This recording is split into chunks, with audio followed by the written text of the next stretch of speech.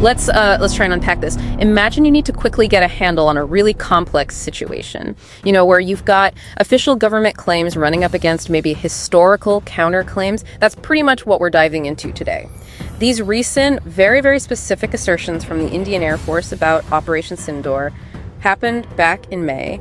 We've got sources detailing these claims, the evidence they say they presented, and, the broader context. So our mission here really is to pull out the key bits, help you understand what was said specifically and what it all might mean. And the headline, well, it's big. The Indian Air Force Chief Amarpreet Singh stating the IAF shot down 5 Pakistani fighter jets and also 1 large surveillance aircraft during this operation. He actually called it the largest ever recorded surface-to-air kill by India. Quite a statement.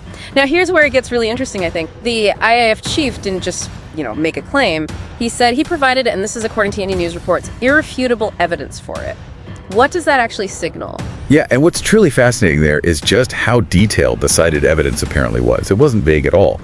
They mentioned things like satellite imagery, intelligence reports, and maybe the most compelling part, he apparently showed before and after pictures of the strikes. Ah, the visual element. Exactly. And not just general areas, specific targets. Airfields like Shahbaz Jacobabad, Bulari, Sargodha were named. They pointed to supposed damage at command centers, hangars. For instance, they claimed an F-16 hangar was half destroyed. Half destroyed, okay. And that other aircraft inside were damaged too. And importantly, they credited India's S-400 air defense system. Right, the long-range system. Yes, saying it played a significant role in these alleged engagements. That level of specifics is pretty striking. But thinking strategically, why reveal this kind of detail now? Especially the before and after images. What's the message? That's a great point. Look, these highly detailed claims, especially backed by visuals like before and afters, they probably aim to achieve a few things. Domestically, it's about reinforcing confidence, showing capability. Sure, projecting strength at home. Right. And internationally, it's a very definitive statement. It moves beyond just saying something happened to showing it or attempting to show it. Those photos are designed to be persuasive, right? To offer a tangible story of success. In the sort of information space, it's an attempt to really shape the narrative, maybe even deter future actions by showing precision. Okay, so if the Indian side is putting forward this, seemingly detailed case with specific evidence, what about the other side? What's been the response, or maybe the lack of response from Pakistan to these particular claims? And this really raises a key point for you, the listener, trying to understand the full picture here.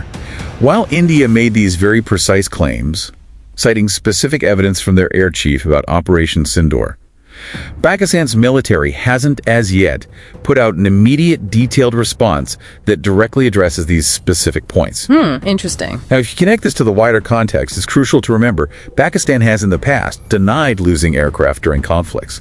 Generally denied. Right, there's history there. Exactly. And conversely, they sometimes claim to have shot down Indian jets. So you have this background of general denials and counterclaims, which makes the sort of current silence on these particular very detailed allegations quite significant. It tells you something about how information flows or doesn't flow. Understanding both the claims and the response history, or the silence, is really key for you to stay informed.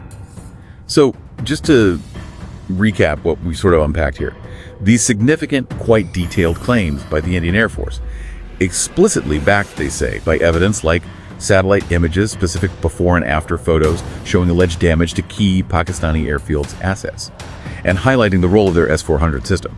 Now, on the flip side, you have Pakistan's current silence specifically on these particular claims, set against their history of general denials and past counterclaims. So what really stands out to you, the listener, about how these kinds of really high-stakes claims, especially when they come with such detailed, described evidence, are put out there and then absorbed, particularly when you don't have an immediate point-by-point counter-response readily available, but you do have that history of general denial? It certainly gives you something to think about, doesn't it? About nailing down verifiable truth in these kinds of situations.